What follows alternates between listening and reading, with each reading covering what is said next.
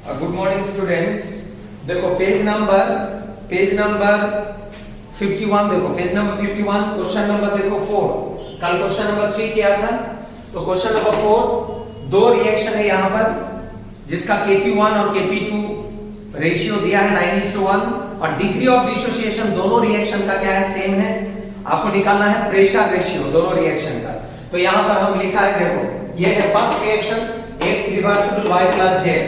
Initial mole क्या है, reactant का मोल 1 और प्रोडक्ट इनिशियली क्या होता है 0।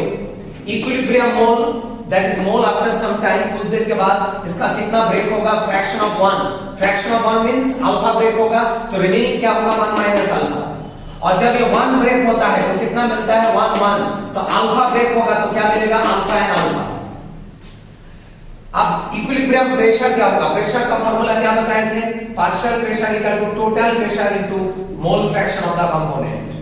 तो इसका टोटल प्रेशर क्या लिया हम P1 और मोल फ्रैक्शन क्या था, mole of that component by total mole, ये था पार्शियल प्रेशर। तो मोल ऑफ द कंपोनेंट क्या है, कंपोनेंट का मोल 1 माइनस अल्फा और टोटल मोल क्या है, टोटल मोल क्या है 1 minus alpha plus alpha plus alpha, 1 minus alpha plus alpha plus alpha, फिर अल्फा अल्फा कैंसिल होगा 1 प्लस अल्फा, ये हो गया टोटल मोल 1 प्लस अल्फा। तो इसका निकल गया total pressure into mole fraction, mole of the component by total mole 1 plus alpha. Similarly इसका पार्शियल प्रेशर क्या है, टोटल प्रेशर P1 और इसका मोल क्या है अल्फा, टोटल मोल तो सेम ही रहेगा 1 प्लस अल्फा। सिमिलरली इसका भी पार्शियल प्रेशर क्या है, total pressure into mole of the component by total mole. अब Kp1 क्योंकि P1 लिया है total pressure, that's why Kp1।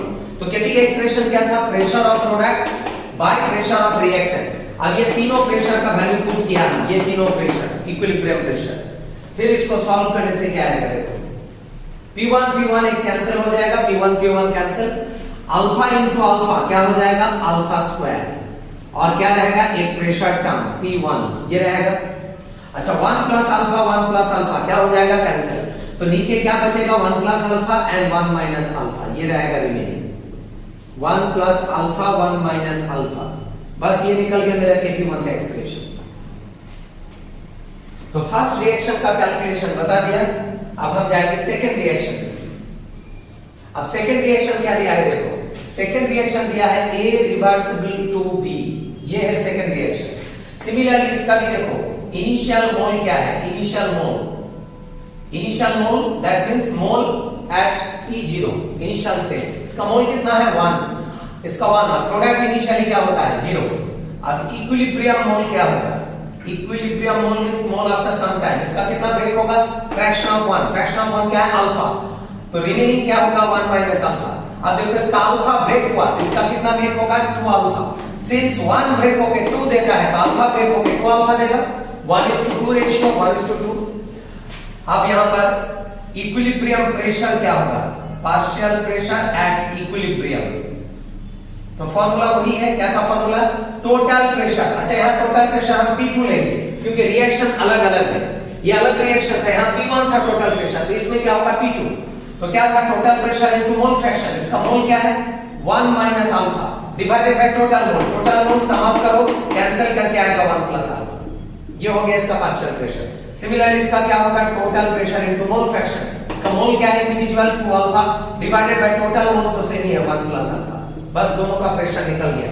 Similarly यहां से आपका क्या निकल जाएगा Kp2, जैसे यहां निकला था Kp1, तो Kp2 क्या होगा प्रेशर ऑफ द प्रोडक्ट कौन है यहां पर B, और क्या होगा स्क्वायर क्योंकि मोल 2 है यहां पर, तो प्रेशर ऑफ प्रोडक्ट बाय क्या होगा प्रेशर ऑफ रिएक्टेंट।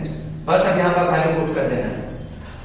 प्रोडक्ट का प्रेशर कितना है P2 2 alpha by 1 plus alpha, इसका क्या होगा स्क्वायर डिवाइडेड बाय रिएक्टेंट का प्रेशर कितना है P2 1 minus alpha by 1 plus alpha, ये हो गया Kp2। फिर इसको सॉल्व करो, ऊपर में P2 स्क्वायर नीचे P2 कैंसिल होकर ऊपर में एक P2 रहेगा और 1 प्लस अल्फा का स्क्वायर और नीचे 1 प्लस अल्फा, एक 1 प्लस अल्फा कैंसिल होकर नीचे क्या रहेगा एक 1 प्लस अल्फा रहेगा, और 1 माइनस अल्फा तो ऑलरेडी नीचे है, और क्या बचा है यहां पर 2 का स्क्वायर 4 और अल्फा स्क्वायर, दैट इज ये होगा 4 अल्फा स्क्वायर, बस ये निकल गया मेरा Kp2। तो निकल गया Kp1, निकल गया Kp2। अब देखो Kp1 और Kp2 का रेशियो क्या होगा, Kp1 डिवाइडेड बाय Kp2। अच्छा रेशियो क्यों निकल रहा है हम, क्योंकि इसका वैल्यू गिवन है क्वेश्चन में, देखो दिया है 9:1। तो इसका रेशियो क्या होगा, Kp1 का वैल्यू क्या है उधर देखो, P1 alpha square divided by 1 plus alpha into 1 minus alpha, ये हो गया Kp1। और Kp2 क्या मिला है, 4P2 alpha square by 1 plus alpha minus into 1 minus alpha. अब यहां से 1 प्लस अल्फा 1 माइनस अल्फा क्या हो जाएगा, कैंसिल। अल्फा स्क्वायर क्या हो जाएगा, कैंसिल। तो बचेगा क्या, P1 बाई 4P2, ये हो गया Kp1 और Kp2 का रेशियो। फर्दर ये Kp1 और Kp2 का रेशियो कितना दिया है, 9:1, 9/1। तो यहां से P1 बाई P2 का रेशियो, यही तो निकालना है, pressure ratio. P1 by P2 क्या हो जाएगा, 4 इधर लेके आओ, 36/1, ये हो गया आंसर। ये क्या हो गया, 36:1। ऑप्शन क्या होगा, सी। अच्छा अब नेक्स्ट देखो क्वेश्चन नंबर 1, सेम पेज में क्वेश्चन नंबर 1 देखो, question number 1।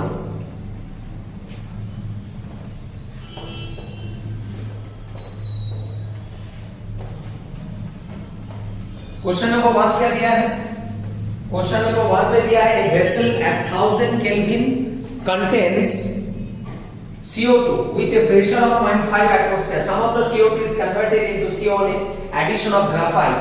If the total pressure at equilibrium is 0.8 atmosphere, the value of K is. तो क्वेश्चन नंबर 1 क्या करना है, कार्बन डाइऑक्साइड के साथ क्या ऐड किया है, ग्राफाइट। ग्राफाइट मतलब क्या है, कार्बन। ग्राफाइट ऐड किया है, कार्बन ग्राफाइट। तो क्या प्रोडक्ट मिलेगा, प्रोडक्ट मिलेगा 2CO। तो आप लोगों को पता है कार्बन डाइऑक्साइड क्या होता है, गैस। कार्बन क्या होता है, सॉलिड। डायमंड ग्राफाइट तो सॉलिड होता है, और कार्बन मोनोऑक्साइड क्या है, गैस। तो ये फेज के बारे में आपको पता होना चाहिए, क्योंकि ये बहुत ही कॉमन है। कार्बन डाइऑक्साइड कॉमन एयर में है, गैस। कार्बन मोनोऑक्साइड भी गैस होता है, सबको पता है। अब देखो प्रेशर किसका ज्यादा कंसीडरेबल होगा, सॉलिड की गैस। गैस का होगा, क्योंकि गैस ही तो मूव करता है, तो प्रेशर एक्सर्ट करेगा। सॉलिड तो एक जगह पड़ा रहता है, कहां प्रेशर अप्लाई करेगा। तो जो भी है यहां पर इनिशियल प्रेशर क्या दिया है, इनिशियल प्रेशर जब टाइम 0, इनिशियली प्रेशर कितना दिया है, प्रेशर दिया है 0.5 एटमॉस्फेयर। और वो प्रेशर किसका होगा, गैस का होगा, सॉलिड का नहीं होगा। सॉलिड का प्रेशर 0, बार बार बता रहा है, सॉलिड का प्रेशर 0। तो ये गैस का ही प्रेशर है जो गिवन है 0.5। अच्छा प्रोडक्ट कितना होगा, प्रेशर इनिशियली 0, क्योंकि प्रोडक्ट इनिशियली होता ही नहीं है। प्रोडक्ट कब आता है, initially after some time, after some time. तो इनिशियली प्रोडक्ट 0, तो प्रोडक्ट का प्रेशर भी क्या है, 0। अब लिखेंगे इक्विलिब्रियम प्रेशर। इक्विलिब्रियम प्रेशर मतलब आफ्टर सम टाइम क्या प्रेशर होगा, इक्विलिब्रियम प्रेशर। तो आफ्टर सम टाइम क्या होगा, रिएक्टेंट डिसअपियर होगा, प्रोडक्ट अपीयर। मतलब रिएक्टेंट का प्रेशर डिक्रीज होगा और प्रोडक्ट का प्रेशर इंक्रीज होगा, क्योंकि प्रोडक्ट फॉर्म होगा, रिएक्टेंट ब्रेक होगा। तो इसका कितना प्रेशर कम हो गया, सपोज x, कितना कम हो गया, x। ये क्या हुआ, डिक्रीज हुआ। बार बार बता रहा है, रिएक्टेंट का प्रेशर डिक्रीज होगा विद टाइम। क्यों डिक्रीज होगा, क्योंकि इसका अमाउंट डिक्रीज होगा, इसका अमाउंट इंक्रीज होगा। तो इसका कितना प्रेशर घट गया, x। तो रिमेनिंग प्रेशर क्या होगा, 0.5 माइनस x। इनिशियली कितना था 0.5, कितना घट गया x, तो रिमेनिंग क्या है 0.5 माइनस x एटमॉस्फेयर। तो ये हो गया इक्विलिब्रियम प्रेशर ऑफ रिएक्टर। और प्रोडक्ट का प्रेशर क्या होगा, 0 होगा कि बढ़ेगा, बढ़ेगा। कितना होगा, 2x होगा, क्योंकि रेशियो क्या है, इसका 1 ब्रेक होके 2 देता है, इसका x ब्रेक होके क्या देगा, 2x देगा। तो ये निकल गया इक्विलिब्रियम प्रेशर। तो बताओ टोटल प्रेशर एट इक्विलिब्रियम क्या है, total pressure at equilibrium. Equilibrium में टोटल प्रेशर कितना है, 0.5 माइनस x। ये हो गया रिएक्टेंट का प्रेशर प्लस प्रोडक्ट का प्रेशर कितना है, 2x। ये हो गया total pressure at equilibrium. Equilibrium में टोटल प्रेशर ये है। इसको सॉल्व करने से क्या आएगा, 0.5 plus x minus plus cancel करके एक x बचेगा। अब ये जो टोटल प्रेशर है, ये तो मिल गया आपको टोटल प्रेशर। और क्वेश्चन में क्या दिया है, गिवन दिया है, क्या गिवन है, ये जो टोटल प्रेशर है इक्विलिब्रियम, इसका वैल्यू दे दिया है, कितना दे दिया है, ये टोटल प्रेशर को दिया है इक्विलिब्रियम 0.8 मैच करके देखो 0.8, तो यहां से x निकल जाएगा कितना 0.3 निकल गया x का वैल्यू। बस अब क्या निकालना है मुझे, इक्विलिब्रियम कांस्टेंट निकालना है, इक्विलिब्रियम कांस्टेंट कैपिटल के। अच्छा हियर कैपिटल के क्या है, यहां पर कैपिटल के केसी है कि केपी है, ऑब्वियसली केपी होगा क्योंकि प्रेशर में वैल्यू है, तो हम ये के को क्या लिख सकते हैं केपी। फर्दर केपी का एक्सप्रेशन क्या है, pressure of product that is pressure of CO का square, pressure of product by pressure of reactant, ये हो गया केपी का एक्सप्रेशन। इसका प्रेशर नहीं लेंगे क्योंकि ये सॉलिड है, सिर्फ ये दोनों का गैस का कंट्रीब्यूशन, सॉलिड का प्रेशर 0, तो ये हो गया मेरा के का एक्सप्रेशन। अब बताओ प्रेशर ऑफ सीओ कितना है इक्विलिब्रियम में 2x, और CO2 का प्रेशर कितना है 0.5 - x, और बार बार बता रहा है ये मोल क्या है, पावर में जाएगा, पावर में, तो जो भी है इसको सॉल्व करने से क्या आ जाएगा 4x² बाई ये। अब x का वैल्यू आपको ऑलरेडी बता दिया है कितना 0.3, पुट करो 2 × 0.3 का स्क्वायर डिवाइडेड बाय 0.5 - 0.3, तो ये x का वैल्यू हमने पुट कर दिया, तो इसको सॉल्व करने से क्या आएगा 2 × 2 × 0.3 × 0.3, क्योंकि स्क्वायर टर्म में नहीं है, दो बार रिपीट होगा, और नीचे क्या वैल्यू है 0.2 है, सब्ट्रैक्ट करके, तो ये वैल्यू क्या हो जाएगा 4 × 3 × 3 × 10⁻² 2, और नीचे क्या है 2 × 10⁻1, ये दो डेसिमल पॉइंट है, डेसिमल पॉइंट के बाद दो डिजिट इसलिए 10⁻², और यहां पर एक डिजिट इसलिए 10⁻1। फिर इसको सॉल्व करके क्या आ जाएगा, इसको सॉल्व करके आ जाएगा 2 और 4 कैंसिल करो क्या आएगा 2, और 3 × 3 क्या है 9, और ये कैंसिल आउट करके 10⁻2 कैंसिल करो 10⁻, फिर ये आ जाएगा 18 × 10⁻, दैट इज 1.8 एटमॉस्फेयर, ये आ जाएगा के। बस तो ऑप्शन क्या पता चल गया, ऑप्शन होगा सी, ऑप्शन होगा सी, मिल गया आंसर। अच्छा यूनिट समझ में आया, इक्विलिब्रियम कांस्टेंट का यूनिट, बहुत कोई सोचता है इक्विलिब्रियम कांस्टेंट यूनिटलेस है, बट नॉट ऑलवेज यूनिटलेस, इसको बता देते हैं, याद रखना डेल्टा एन अगर 0 होगा तो केपी केसी क्या होगा यूनिटलेस होगा, यूनिटलेस, लेकिन अगर delta n not equal to 0 होगा तो केपी केसी क्या होगा हैव पर्टिकुलर यूनिट, तब उसका यूनिट होगा। बिना समझ के अगर ये कंक्लूजन दिमाग में होगा तो समझ में आ जाएगा।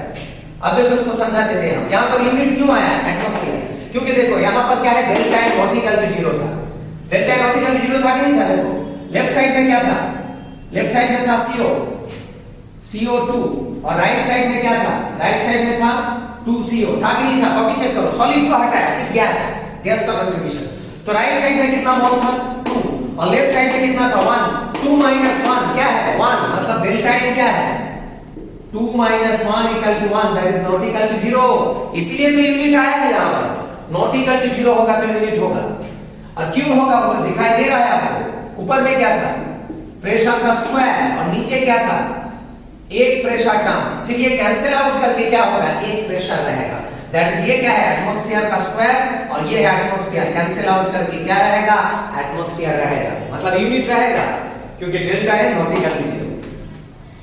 बस जो भी है ये हो गया। इसके बाद नेक्स्ट क्वेश्चन देखो,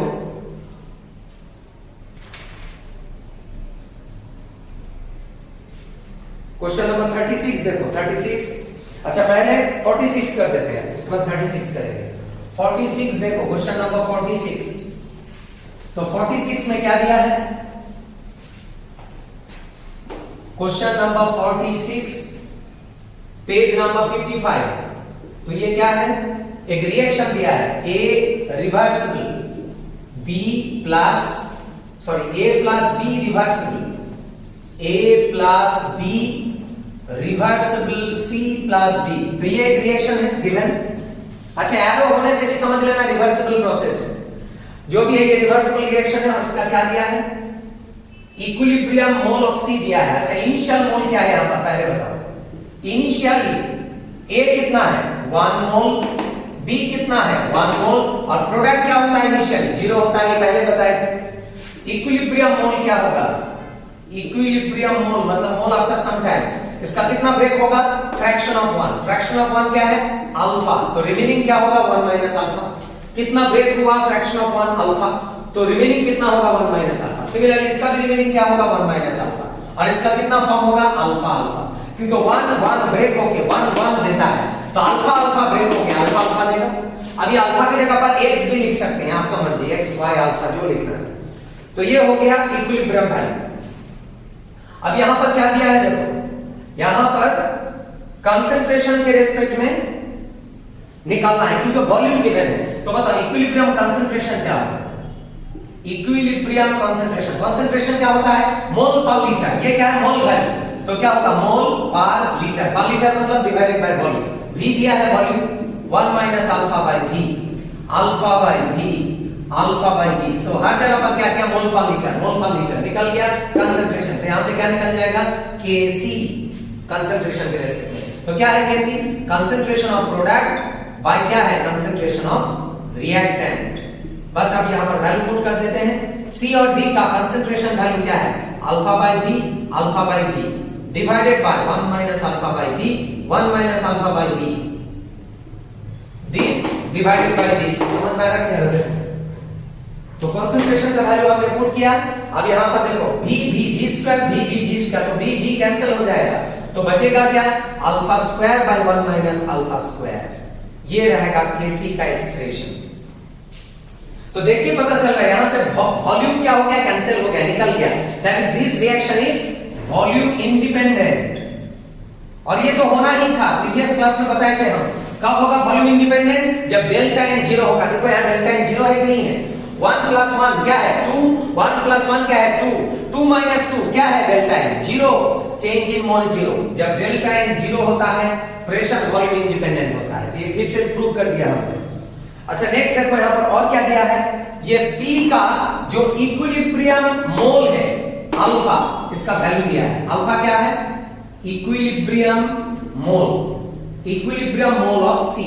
C का इक्विलिब्रियम मोल क्या है? इक्विलिब्रियम मोल अल्फा। और इसका वैल्यू दिया है, कितना दिया है? 0.8। देखो क्वेश्चन में गिवन है 0.8 इक्विलिब्रियम मोल। तो मिल गया आपको इक्विलिब्रियम मोल का वैल्यू। तो मतलब अल्फा का वैल्यू पता चल गया। यहां पर पुट कर दो। अल्फा का वैल्यू 0.8 इंटू 0.8 डिवाइडेड बाय, दो बार होगा ना रिपीट, अल्फा स्क्वायर मतलब अल्फा इंटू अल्फा। नीचे क्या है? 1 माइनस 0.8 का स्क्वायर, क्योंकि अल्फा का वैल्यू 0.8 है। फिर इसको सॉल्व करके क्या आएगा? 0.8 इंटू 0.8 डिवाइडेड बाय, नीचे क्या है? 1 माइनस 0.8 क्या आएगा? 0.2। 0.2 का स्क्वायर मतलब क्या है? 0.2 इंटू 0.2 होगा कि नहीं होगा? फिर इसको सॉल्व करके क्या आएगा? 4 इंटू 4 दैट इज क्या आएगा? 16। ये हो गया आंसर। इसको कैंसिल करो। 2 and 8 4, 2 and 8 4, 4 into 4 क्या है? 16। ऑप्शन क्या होगा? सी। ऑप्शन होगा सी। अब नेक्स्ट देखो क्वेश्चन नंबर 36, ये होगा ऑप्शन सी। अब क्वेश्चन नंबर 36 में जाओ। 36 में क्या दिया है? एकदम same reaction, A plus B reversible C plus D, एकदम सेम रिएक्शन गिवन है। क्वेश्चन देखो, सेम रिएक्शन गिवन है और इसमें क्या दिया है? इक्विलिब्रियम कांस्टेंट का वैल्यू गिवन है। इक्विलिब्रियम कांस्टेंट का वैल्यू दिया है 100, ये गिवन है। और क्या है? इनिशियल कंसंट्रेशन दिया है यहां पर इनिशियल कंसंट्रेशन दिया है। तो यहां मोल नहीं, हम कंसंट्रेशन लिखेंगे। इनिशियल कंसंट्रेशन क्या दिया है? 1 मोलर। इसका 1 मोलर, इसका भी 1 मोलर। मोलर मतलब मोलरिटी में है कंसंट्रेशन। 1 molar 1 molar. और प्रोडक्ट इनिशियली क्या होता है? 0। लेकिन यहां 0 नहीं होगा, क्वेश्चन घुमा दिया है। क्वेश्चन में देखो क्या लिखा है? Initial concentration of all the 4 species, all सब का है 1 मोलर। तो जैसा क्वेश्चन वैसा आंसर होगा मेरा। जबकि इनिशियली प्रोडक्ट 0 होता है, लेकिन क्वेश्चन में क्या बताया? इनिशियल कंसंट्रेशन सब का 1 है, सब ऑल द 4 मेंबर्स 1 2 3 4 चारों का ही 1 मोलर है। जैसा क्वेश्चन वैसा लिखना पड़ेगा। अगर ये नहीं देता क्वेश्चन में तो हम यहां पर 0 पुट करना था। समझ में आ रहा है? तो जो भी है 1 मोलर कंसंट्रेशन गिवन है। तो बताओ मुझे रिएक्टेंट क्या होगा? विद टाइम ब्रेक होगा। प्रोडक्ट क्या होगा? ब्रेक होगा, जो जनरल कांसेप्ट है। तो वही करेंगे हम। इसका फ्रैक्शन ऑफ 1 ब्रेक होगा, तो कितना ब्रेक होगा? अल्फा। तो रिमेनिंग क्या होगा? 1 माइनस अल्फा। तो सिमिलरली इसका भी कितना ब्रेक होगा? अल्फा। Remaining 1 minus alpha. और इसका क्या होगा, मेक होगा, तो क्या होगा 1 प्लस अल्फा, 1 प्लस अल्फा। देखो ये समझ में आएगा, इसका ब्रेक, इसका ब्रेक, इसका मेक, इसका make, 1 break, 1 break, 1 make, 1 make, alpha break, alpha break, alpha make, alpha make. समझ में आ रहा है? 1:1:1:1, अल्फा अल्फा अल्फा अल्फा। समझ में आ रहा है? 1 के साथ सब्ट्रैक्ट, 1 के साथ ऐड, क्योंकि प्रोडक्ट अपीयर, रिएक्टेंट डिसअपीयर। बस ये निकल गया इक्विलिब्रियम कंसंट्रेशन, क्योंकि सब कंसंट्रेशन में वैल्यू है। तो यहां से मेरा निकल जाएगा इक्विलिब्रियम कांस्टेंट, जिसको क्या लिखेंगे यहां पर Kc, क्योंकि कंसंट्रेशन में वैल्यू है। तो Kc का वैल्यू क्या है, कंसंट्रेशन ऑफ प्रोडक्ट बाय क्या है, कंसंट्रेशन ऑफ रिएक्टेंट। अब प्रोडक्ट का कंसंट्रेशन क्या है, 1 plus alpha into 1 plus alpha divided by reactant का कंसंट्रेशन क्या है, 1 माइनस अल्फा, 1 माइनस अल्फा। ये हो गया रिएक्टेंट और प्रोडक्ट का कंसंट्रेशन। बस अब यहां पर वैल्यू पुट करना है। इक्विलिब्रियम कांस्टेंट का वैल्यू गिवन है, कितना दिया है 100। इधर देखो 100 क्वेश्चन में गिवन है, और इसको सॉल्व करने से आएगा 1 plus alpha by 1 minus alpha का स्क्वायर। ये दो टर्म मिला के स्क्वायर आएगा, और 100 का मतलब क्या है 10 स्क्वायर, होगा कि नहीं होगा। अब दोनों तरफ से स्क्वायर टर्म कैंसिल करके क्या आ जाएगा 10, 1 plus alpha by 1 minus alpha, आएगा नहीं आएगा। बस अब इसको सॉल्व करना है। इसको सॉल्व करने से क्या होगा, यहां पर लिख देते हैं, क्या मिला आपको 1 plus alpha by 1 minus alpha equal to 10। ये मिला है ना, 1 plus alpha by 1 minus alpha 10। फिर यहां से 1 प्लस अल्फा क्या होगा 10 माइनस 10 अल्फा, होगा नहीं होगा, क्रॉस मल्टीप्लाई करो, 10 इंटू 1 10, 10 इंटू अल्फा 10 अल्फा। फिर यहां से क्या आ जाएगा alpha plus 10 alpha equal to 10 minus 1, इधर उधर करो, ये 1 को इधर ले जाओ, 10 अल्फा को इधर ले जाओ। फिर ये वैल्यू क्या हो जाएगा 11 अल्फा 9, तो अल्फा क्या होगा 9/11, दैट इज वैल्यू क्या होगा फ्रैक्शन में आएगा। और एकदम करेक्ट, अल्फा का वैल्यू क्या होता है, होल नंबर की फ्रैक्शन में होता है, फ्रैक्शन में ही होता है।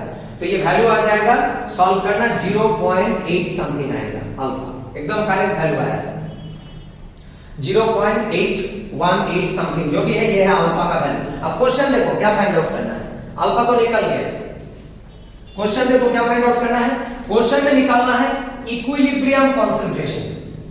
इक्विलिब्रियम कंसंट्रेशन किसका, डी का निकालना है, डी।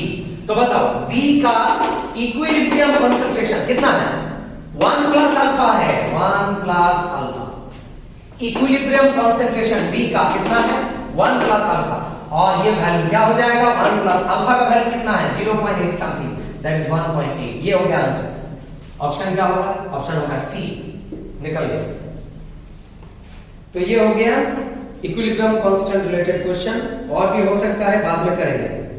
इसके बाद कुछ थ्योरी बताते हैं, देखो। तो ये अभी क्या चल रहा है हम लोगों का, केमिकल इक्विलिब्रियम। आयनिक इक्विलिब्रियम भी कल बताए थे क्या होता है, आयनिक इक्विलिब्रियम का कुछ टॉपिक बताएंगे। तो सबसे पहले आएगा Oswald dilution law, Oswald dilution law.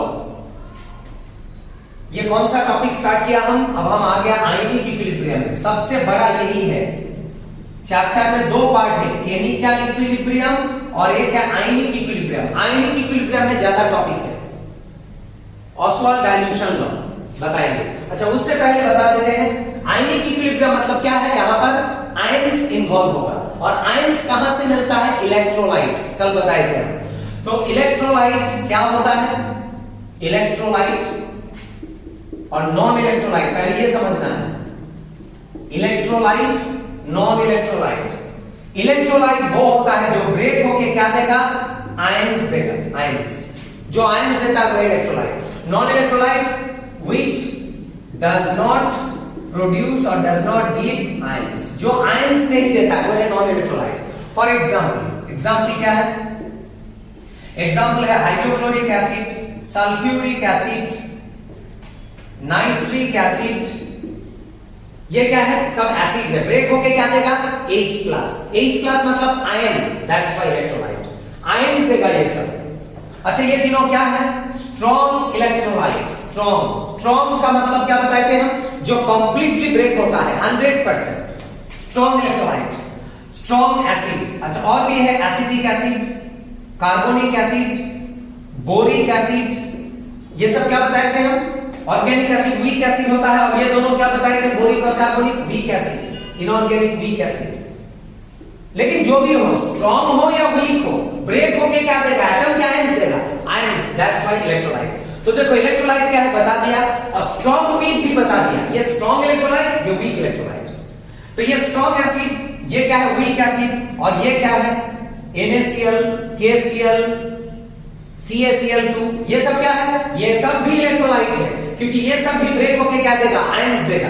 लेकिन ये सब क्या है? स्ट्रॉन्ग सॉल्ट है, salt, not acid, not base. Acid कब होगा? जब H प्लस देगा। बेस कब होगा? जब OH माइनस देगा। लेकिन ये सब क्या देता है ब्रेक होके?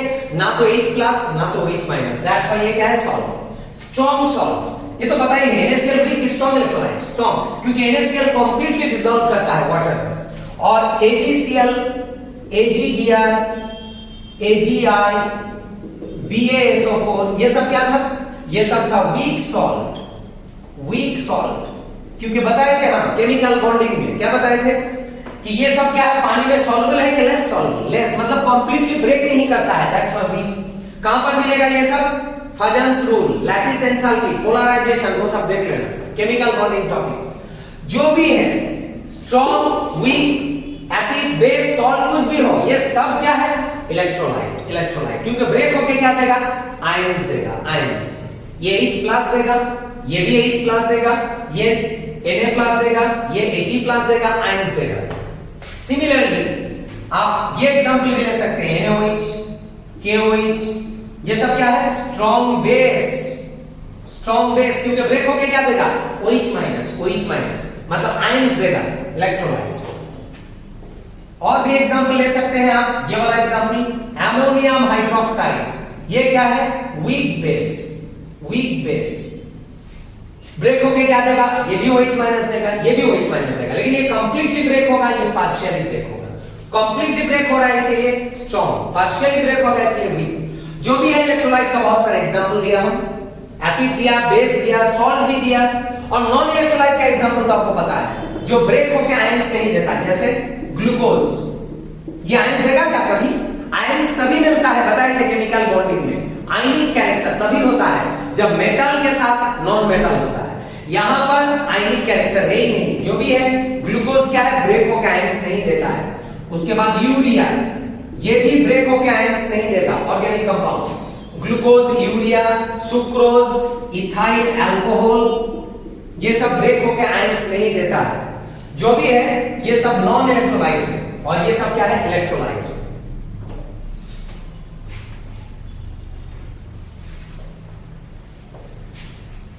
तो आपको पता चल गया। अभी हम क्या हेडिंग किया है? Ionic equilibrium. आयनिक इक्विलिब्रियम मतलब मुझे क्या लेके डील करना है? इलेक्ट्रोलाइट, इलेक्ट्रोलाइट लेके डील करना है। और इलेक्ट्रोलाइट क्या होता है? जो ब्रेक होके क्या देता है?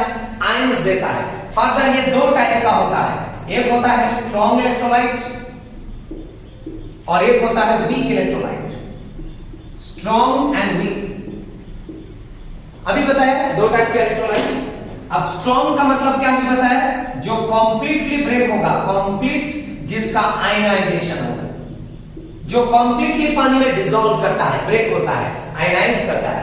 और वीक का मतलब क्या है? जो इनकम्प्लीटली ब्रेक होता है, इनकम्प्लीट आयनाइजेशन, मतलब इसका 100% आयनाइजेशन होगा, 100% आयोनाइजेशन। और इसका क्या होगा? Less than 100%, less than 100% ionisation. Less than 100 मतलब it may be 20%, it may be 30%, 40%, 10%, 5%, 1%, less than 100। But ये क्या है? 100। अब मुझे बताओ 100% का मतलब क्या है? ये तो एक वैल्यू है। 100% क्या है? एक एग्जैक्ट वैल्यू है। लेकिन लेस देन 100 का मतलब क्या है बताओ? ये कोई वैल्यू नहीं है, ये क्या है? Range, range of values. बहुत सारा वैल्यू है इसके अंदर। इसके अंदर क्या है? 1%, 2%, 3%, 5%, 10%, 20% रेंज है। लेकिन इसमें क्या है? एक ही वैल्यू है, 100। This is not range. तो मुझे एक चीज बताओ, प्रॉब्लम कहां फेस करेंगे आप? स्ट्रॉन्ग में कि वीक में? कहां प्रॉब्लम? बताओ प्रॉब्लम कहां? फिर से हम रिपीट करते हैं, बताओ ये कितना परसेंट ब्रेक हुआ है, ये कितना परसेंट ब्रेक हुआ है, आंसर बताओ कितना, 100। क्लियर? ये कितना परसेंट ब्रेक हुआ है, रेंज नहीं बताना, वैल्यू बताओ कितना। कोई बोलेगा 20%, कोई दूसरा स्टूडेंट बोलेगा 30%, कोई दूसरा बोलेगा सर 25%।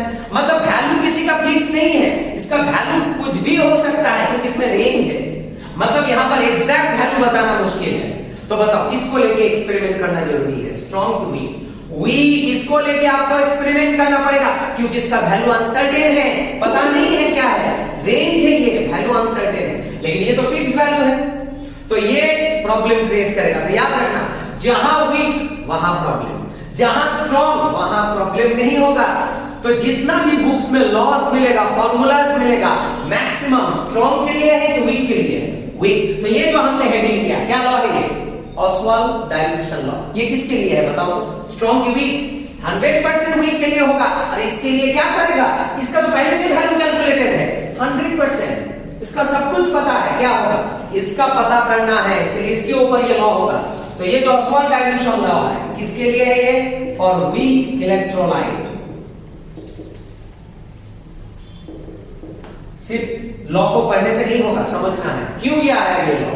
वीक इलेक्ट्रोलाइट में प्रॉब्लम है, क्या प्रॉब्लम है, इसका वैल्यू अनसर्टेन है, तो इसका वैल्यू निकालना पड़ेगा आपको। निकालना पड़ेगा मतलब इसका कुछ फॉर्मूला होना पड़ेगा, लॉज होना पड़ेगा, वही है ये ऑसवाल्ड डाइल्यूशन लॉ। और सिर्फ ये नहीं, सिर्फ ऑसवाल्ड का ये नहीं, ये जो ऑसवाल्ड लॉ है ये तो यहां पर आएगा ही, और भी बहुत आएगा। जैसे सॉल्युबिलिटी प्रोडक्ट एक टॉपिक है कि नहीं है, सॉल्युबिलिटी प्रोडक्ट ये टॉपिक भी किसके ऊपर है, वीक इलेक्ट्रोलाइट के लिए, वीक नॉट स्ट्रॉन्ग। जितना भी बड़ा बड़ा टॉपिक सब इसके ऊपर। फिर आएगा कॉमन आयन इफेक्ट, ये कॉमन आयन इफेक्ट भी क्या है, वीक इलेक्ट्रोलाइट के लिए आएगा कॉमन आयन इफेक्ट। और क्या है, और भी बहुत सारा है, ionic product of water, ionic product of water. Water क्या है, स्ट्रॉन्ग की weak electrolyte, weak. Water neither acidic nor basic, water neutral है, तो ब्रेक क्या होता है, partially. Water behave as a weak electrolyte, weak. तो जितना भी टॉपिक्स है सब क्या है, वीक इलेक्ट्रोलाइट के ऊपर ही है, स्ट्रॉन्ग के ऊपर नहीं है। तो जो भी है, आप एक चीज पता चल गया आपको, स्ट्रॉन्ग इलेक्ट्रोलाइट प्रॉब्लम क्रिएट करेगा। तो ऑसवाल्ड डाइल्यूशन लॉ का स्टेटमेंट बताएंगे हम। ऑसवाल्ड डाइल्यूशन लॉ का स्टेटमेंट क्या है, देखो, at constant temperature and pressure, at constant temperature and pressure, the degree of ionization, the degree of ionization और dissociation, कुछ भी लिख सकते हैं हम, कल बताए थे हम, ionization होने से dissociation भी होगा। all ionization are dissociation, but all dissociation are not ionization। तो अगर ये ionization है तो dissociation भी होगा। डिग्री ऑफ आयनाइजेशन और डिसोसिएशन, जिसको क्या लिखते हैं, अल्फा, इज इनवर्सली, अच्छा इज नहीं, किसका डिग्री ऑफ डिसोसिएशन, ये लॉ किसके लिए है, फॉर स्ट्रॉन्ग वीक, वीक ये लिखना पड़ेगा, ऑफ वीक इलेक्ट्रोलाइट। बार बार बता रहा हूं, वीक इलेक्ट्रोलाइट के लिए ज्यादा प्रॉब्लम होता है, तो वीक के लिए देखिए, weak electrolyte is inversely proportional to inversely proportional to square root of concentration, inversely proportional to square root of concentration, or directly proportional to square root of volume, concentration के साथ inverse, volume के साथ direct. तो mathematically क्या लिख सकते हैं हम, mathematically Ostwald dilution law can be expressed as alpha is proportional to 1 by root over C. तो समझ में आ गया, alpha is inversely proportional to square root of concentration और alpha is directly proportional to square root of volume. C क्या है, concentration, we क्या है, वॉल्यूम, और अल्फा क्या है तो पता ही है, डिग्री ऑफ डिसोसिएशन। तो ये जो स्टेटमेंट है उसका ये एक्सप्रेशन है, ये तब होगा जब टेम्परेचर प्रेशर क्या होगा, कांस्टेंट होगा। बस हो गया ऑसवाल्ड डाइल्यूशन लॉ। अब देखो ये जो फाइनल मैथमेटिकल एक्सप्रेशन, इसको प्रूव कर सकते हैं हम। कैसे प्रूव कर सकते हैं? देखो जैसे देखो ये क्या है, ले लिया हमने एसिटिक एसिड। क्या बताया था? Acetic acid strong, weak acid, weak acid क्योंकि ये ऑर्गेनिक एसिड है। कौन है strong acid? Inorganic, sulphuric acid, nitric acid. तो ये क्या है? Weak acid. और ऑस्वाल्ड लॉ किसके लिए वैलिड है? स्ट्रॉन्ग की वीक? वीक, इसलिए वीक लिया। तो वीक एसिड ब्रेक डाउन किया और क्या दिया? एसीटेट आयन, और क्या दिया? H+। अच्छा ये वीक है, इसका मतलब क्या है? कंप्लीटली ब्रेक होगा कि पार्शियली? पार्शियली। सपोज ये 10% ब्रेक हुआ। कितना परसेंट ब्रेक हुआ? 10%। सपोज अब 20% भी ले सकते हैं, लेकिन 100% ब्रेक नहीं होगा बिकॉज ये वीक है। तो 10% सपोज ब्रेक हुआ, मतलब पार्शियली ब्रेक हुआ। तो इनिशियल कॉन्सेंट्रेशन क्या है? इनिशियल कॉन्सेंट्रेशन इसका C है, और प्रोडक्ट इनिशियली क्या होता है? 0। इक्विलिब्रियम कॉन्सेंट्रेशन क्या होगा? इक्विलिब्रियम कॉन्सेंट्रेशन कितना ब्रेक होगा? क्या बताया? पार्शियली। तो कितना ब्रेक होगा? C, fraction of C। Fraction of C कल बताए थे क्या होता है? C alpha. तो फ्रैक्शन ऑफ C ब्रेक हुआ, C अल्फा ब्रेक हुआ, तो रिमेनिंग कितना होगा? C minus C alpha. था कितना? C ब्रेक कितना हुआ? C alpha, remaining C minus C alpha. तो ये दोनों का कितना मेक होगा? C alpha C alpha, because 1 break होके 1 and 1, C अल्फा ब्रेक होके C अल्फा मेक होगा। ये कैलकुलेशन कल भी किया था, कल का वीडियो चेक करना, एकदम सेम। अब बताओ यहां से इक्विलिब्रियम कांस्टेंट क्या है? इक्विलिब्रियम कांस्टेंट दैट मींस क्या है यहां पर? Kc, क्योंकि कंसंट्रेशन वैल्यू लिया Kc। तो क्या था? प्रोडक्ट का कंसंट्रेशन डिवाइडेड बाय रिएक्टेंट का कंसंट्रेशन, प्रोडक्ट बाय रिएक्टेंट। तो ये क्या कांस्टेंट है? Equilibrium constant. तो कौन सा वैल्यू पुट करेगा? Initial equilibrium, equilibrium. तो इक्विलिब्रियम वैल्यू पुट कर रहे हैं यहां पर, तो क्या आ जाएगा? C alpha into C alpha divided by C minus C alpha, ये दोनों डिवाइडेड बाय C। फिर यहां से आ जाएगा इक्विलिब्रियम कांस्टेंट का वैल्यू। तो इक्विलिब्रियम कांस्टेंट क्या हो जाएगा? C square alpha square divided by C into 1 minus alpha. ये आएगा क्या है? C कॉमन लिया तो ये आ गया। अब एक C कैंसिल होगा तो क्या आ जाएगा? C alpha square by 1 minus alpha. ये हो गया इक्विलिब्रियम कांस्टेंट का वैल्यू। अब देखो यहां पर एक कंडीशन पुट करेंगे हम, बार बार बता रहा क्या एसिड है ये? Weak acid. तो बताओ वीक एसिड के लिए क्या लिख सकते हैं? For weak electrolyte means weak acid जो भी है, एसिड हो या बेस हो, वीक अगर होगा, वीक का मतलब क्या है? डिसोसिएशन बहुत ज्यादा कि बहुत कम? बहुत कम, मतलब डिग्री ऑफ डिसोसिएशन अल्फा क्या होगा? Is very much less than 1 होगा कि नहीं होगा? बताओ। ये तो पहले ही बताए थे, अल्फा होल वैल्यू होता है कि फ्रैक्शन? फ्रैक्शन, और 1 के रेस्पेक्ट में कम होता है। लेकिन ये क्या है? वीक। वीक का मतलब बहुत ज्यादा ब्रेक होगा कि कम ब्रेक होगा? कम। और ये जो ब्रेक होने का वैल्यू है, रेट है, इसी को ही तो डेजिग्नेट करता है अल्फा। तो अल्फा यहां पर क्या है? Very very minimum. Alpha minimum मतलब क्या है? वीक। अल्फा मैक्सिमम मतलब क्या है? स्ट्रॉन्ग। ये तो बताए थे अल्फा का मैक्सिमम वैल्यू क्या होता है? 1, जिसका मतलब क्या है? कल बताए थे 100% आयनाइजेशन। और ये कब होगा? जब क्या होगा? स्ट्रॉन्ग इलेक्ट्रोलाइट होगा। ये भी लिख के दिया था हमने, स्ट्रॉन्ग कंप्लीटली जो ब्रेक होता है 100%। अच्छा जो भी है वीक इलेक्ट्रोलाइट होगा तो अल्फा क्या होगा? मिनिमम। मिनिमम मतलब very much less than 1, maximum मतलब 1। जो भी है ये पता चाहिए। अब बताओ 1 माइनस अल्फा अप्रोक्सीमेटली क्या लिख सकते हैं? क्या लिख सकते हैं? 1 के रेस्पेक्ट में अल्फा क्या है? कम है, तो ये वैल्यू क्या हो जाएगा? 1 के रेस्पेक्ट में अल्फा नेग्लिजिबल। अगर समझ में नहीं आता है तो देखो अल्फा का एक वैल्यू सजेस्ट करो। अल्फा का वैल्यू क्या है? 1 के रेस्पेक्ट में ज्यादा कि बहुत कम? बहुत कम। तो 1 के रेस्पेक्ट में बहुत कम, एक वैल्यू ले लेते हैं 0.1 या 0.01 जो भी है। बताओ ये वैल्यू कितना आएगा? 0.9, और 0.9 अप्रोक्सीमेटली क्या है? 1 ही तो है, इसीलिए इसको डायरेक्ट 1 लिख दिया, अल्फा को नेग्लेक्ट किया। तो 1 माइनस अल्फा में अल्फा क्या है? Is negligible. Negligible in comparison to 1 के कंपैरिजन में नेग्लिजिबल है अल्फा, नेग्लिजिबल। तो नेग्लेक्ट किया तो ये वैल्यू आ गया। अब यहां से आ जाओ, आप यहां से इक्विलिब्रियम कांस्टेंट क्या मिला था आपको? इक्विलिब्रियम कांस्टेंट मिला था C alpha square divided by क्या था? 1 माइनस अल्फा। ये 1 माइनस अल्फा को क्या लिखेगा? 1 माइनस अल्फा को क्या लिखेगा? अभी तो बताया 1 तो बस इक्विलिब्रियम कांस्टेंट क्या हो गया, C अल्फा स्क्वायर। ये तभी पॉसिबल होगा जब क्या होगा, strong week electrolyte, weak electrolyte जब होगा, वीक इलेक्ट्रोलाइट।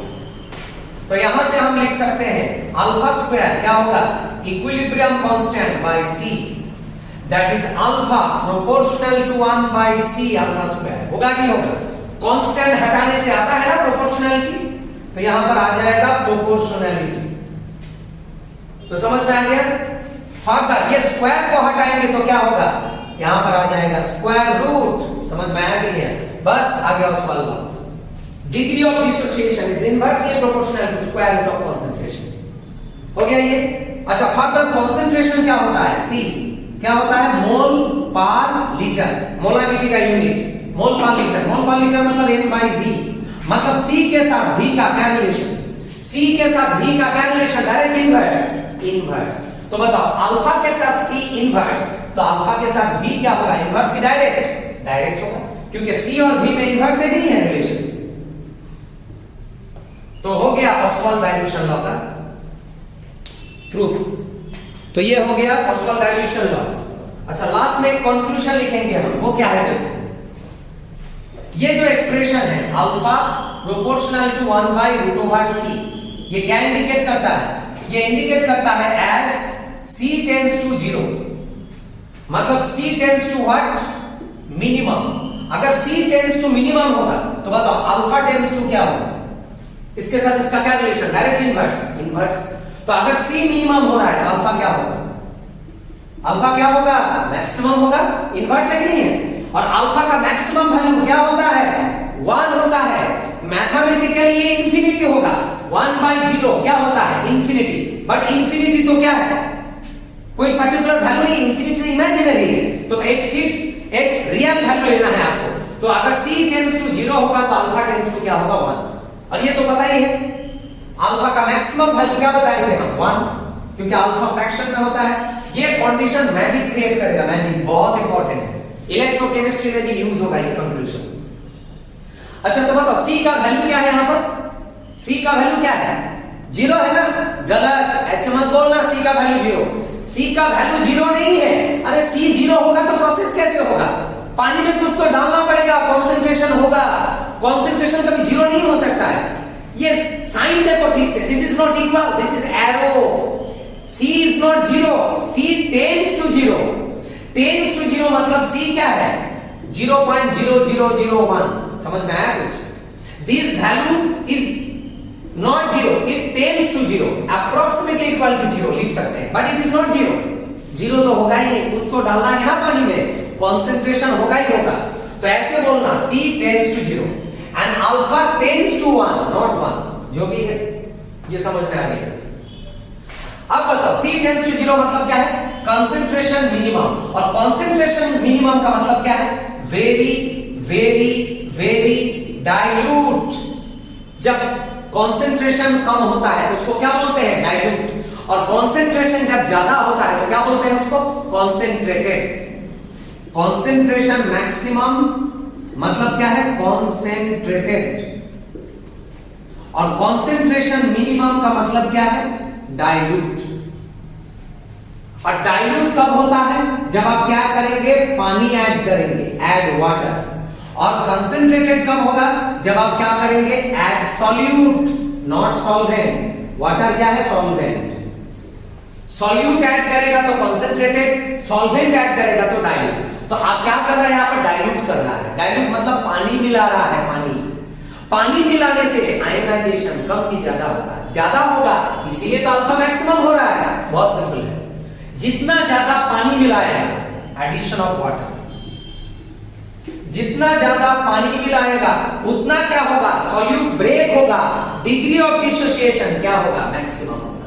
तो आप लिख सकते हैं लैंग्वेज में एज, लिखो ऐसे, greater the dilution, greater the dilution means greater will add water, मतलब greater the amount of water added, जितना पानी आप ऐड करोगे greater the dilution, greater will be what, जितना ज्यादा पानी मिलाएगा उतना क्या होगा, greater will be degree of dissociation या आयोनाइजेशन, जो भी है। मतलब सॉल्यूट उतना जल्दी ब्रेक होगा, मतलब एट इनफाइनाइट डाइल्यूशन। मतलब जब इनफाइनाइट का मतलब क्या है, बहुत ज्यादा। जब आप बहुत ज्यादा डाइल्यूट करेगा, डाइल्यूट करना मतलब C टेंड्स टू 0, बहुत ज्यादा अगर डाइल्यूट करेगा तब क्या होगा, ए वीक इलेक्ट्रोलाइट। आपने क्या लिया था, वीक इलेक्ट्रोलाइट। वीक इलेक्ट्रोलाइट का ना ये, ए वीक इलेक्ट्रोलाइट क्या हो जाएगा, मतलब डाइल्यूट करने से अल्फा क्या हो जाएगा, मैक्सिमम। मैक्सिमम मतलब कितना परसेंट ब्रेक होगा, ऑलमोस्ट 100%। 100% ब्रेक होगा मतलब वो क्या बन जाएगा, weak strong electrolyte. That is a weak electrolyte behaves as a strong electrolyte, not exactly, almost. Exactly कैसे वीक स्ट्रॉन्ग बन जाएगा, अगर आप पानी मिलाओगे तो वीक इलेक्ट्रोलाइट ऑलमोस्ट क्या बन जाएगा, स्ट्रॉन्ग इलेक्ट्रोलाइट, क्योंकि वो ब्रेक ज्यादा होने लगेगा पानी मिलाने से। तो greater the dilution greater will be the degree of dissociation alpha, और अल्फा जितना ज्यादा होगा उतना क्या होगा, वीक किसके तरफ जाएगा, स्ट्रॉन्ग के तरफ जाएगा। बस ये दोनों कंक्लूजन बहुत इंपॉर्टेंट है, इसको दिमाग में रखना है। बस ये वीडियो में इतना तक रखो।